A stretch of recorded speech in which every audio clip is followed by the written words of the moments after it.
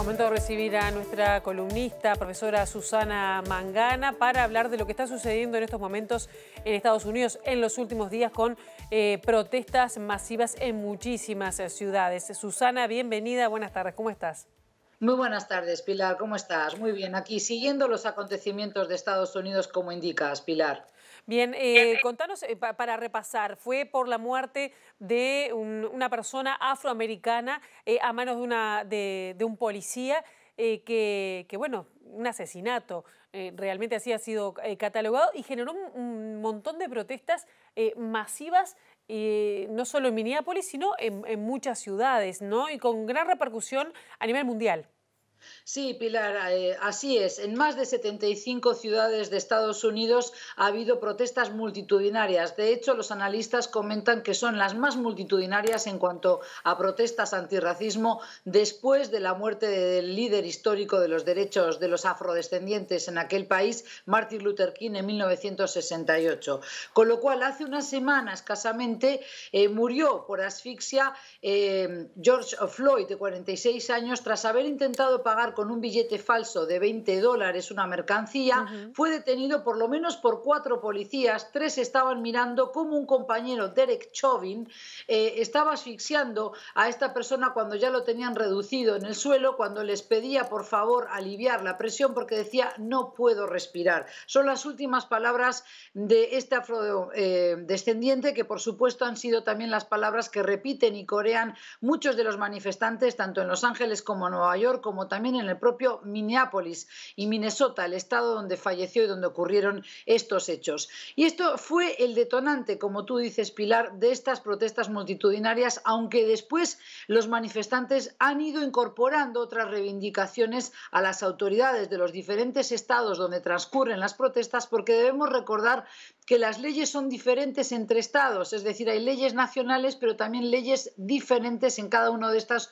estados, con lo cual allí la comunidad afrodescendiente, pero también latinos y otros que son anglosajones, ¿verdad?, en cuanto a su ascendencia, son muy conscientes del racismo institucional que todavía hoy, en el siglo XXI y en el año 2020, se vive en aquel país, Pilar.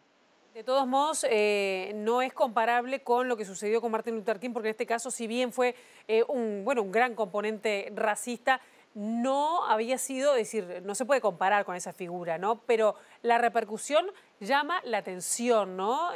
Porque uno podría pensar que el tema del racismo podría estar mucho más avanzado, más superado, pero no es así. No es así, correctamente. En un país que abolió la esclavitud en 1865 y en estos días he podido conversar tanto con ciudadanos estadounidenses que viven aquí en Uruguay como otros que están allí, inclusive la audiencia quizás no sepa, pero mis 2 hijos mayores residen en Nueva York y han participado de algunas protestas.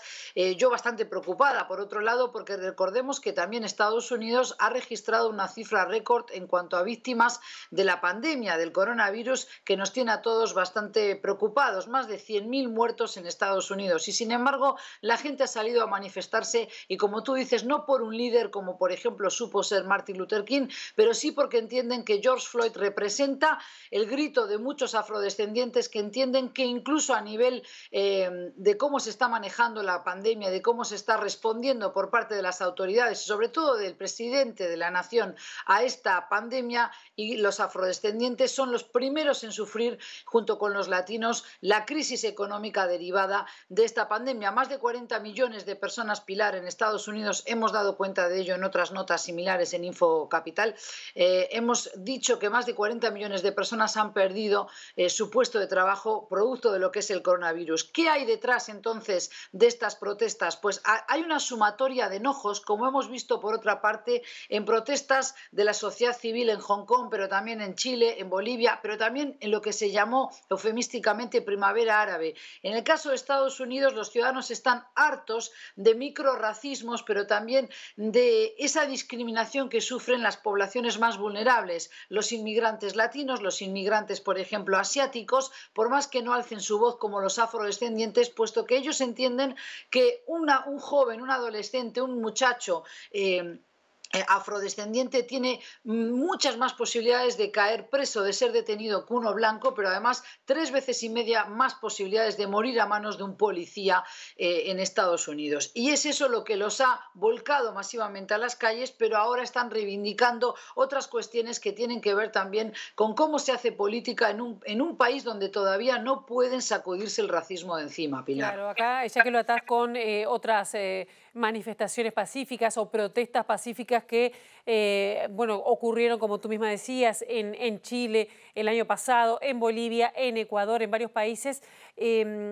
¿Cómo ves que ha reaccionado el gobierno de Estados Unidos? Porque aquí, ¿cómo se para el gobierno? Si reprime o si facilita la protesta, es un buen punto para su posterior desarrollo.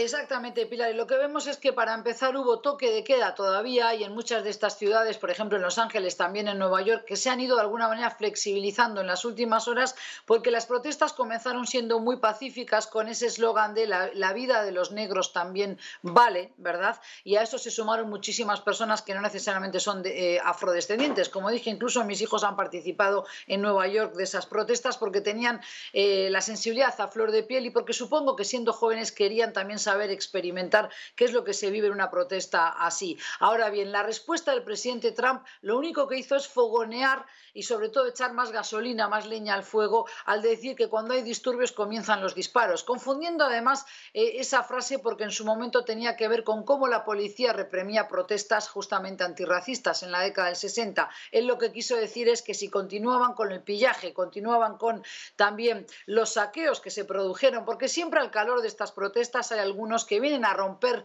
el espíritu pacífico y de alguna manera se aprovechan, se suben al carro de esas protestas para entrar y vandalizar comercios, negocios y también robar aquello que pueden llevarse en las manos. Entonces Trump dijo a la policía, ordenó específicamente que tenían que endurecer la actitud, tenían que castigar con mano dura y esto de alguna manera también sublevó mucho más a la sociedad civil que redobló la apuesta y siguió manifestándose incluso después del toque de queda. Con lo cual la policía ha estado viendo cómo reacciona, pero ahí tenemos la actitud de algunos gobernadores, incluso el jefe de policía de Houston, en Texas, comentó, es de origen cubano, él, Acevedo, le pidió en televisión, públicamente le pidió a Donald Trump que si no tenía nada mejor que decir que se mantuviera callado, lo cual podemos entender que es una osadía de un jefe de policía que puede haber sido destituido por estas horas por haber osado decir eso al presidente de la nación. Ahora bien, entendemos que las autoridades están tomando buena nota porque en las últimas horas también ha ido rebajándose la tensión, ha habido muchos menos incidentes violentos, muchos menos saqueos, Pilar, y por estas horas están terminando también lo que han sido los funerales, las exequias, lo que han sido las pompas fúnebres, dijéramos así, ¿verdad? Porque ha sido todo un memorial por George Floyd con su familia, con sus amistades. Lo están convirtiendo casi en un héroe que tampoco era. Tú mencionaste algo que es bien interesante. No es Martin Luther King el que murió, ciertamente, pero no merecía morir de esa manera, porque aquí lo que vemos es violencia inusitada de parte de la policía, que ya lo tenía sometido y con la rodilla como impidiéndole el moverse, y eso también para muchos afrodescendientes en Estados Unidos les recuerda la etapa de la esclavitud cuando se los apretaba contra el suelo, cuando se los castigaba y se los humillaba de esa manera. Entonces yo creo que aquí lo que estamos viendo es el grito de una nación que le está pidiendo cambios a las autoridades del país para ir terminando en la medida de lo posible con esos microrracismos que sufren a diario, desde la manera en que los atienden en los servicios de salud, el tipo de educación que reciben los afrodescendientes, el acceso que tienen, por ejemplo, a otros servicios que sí son privilegios para unos pocos. Eso es lo que están reclamando hoy los afrodescendientes, ¿verdad? Y sobre todo porque son los más castigados cuando hay una pandemia como la que están viviendo ahora en Estados Unidos y muchos de ellos quedan sin trabajo, no tienen acceso a servicios de salud o son muy costosos y no los pueden pagar. Entonces ellos dicen hay dos pandemias, la de los ricos y la de nosotros los afrodescendientes, los pobres. Y ese es un poco, yo creo, el espíritu que está motivando a mucha más gente a sumarse también a estas protestas, porque ya no son solo en contra del racismo y la supremacía de los blancos en Estados Unidos, sino también para cambiar el estilo de hacer política a nivel doméstico, porque sigue habiendo una casta de privilegiados y otros que evidentemente se sienten relegados de las instituciones en un país que vocifera y mucho y que se convierte en adalid de los derechos humanos dentro y fuera del país. Bien, Susana Mangana, muchas gracias por este tiempo. Nos reencontramos en una semana. Nos reencontramos, gracias.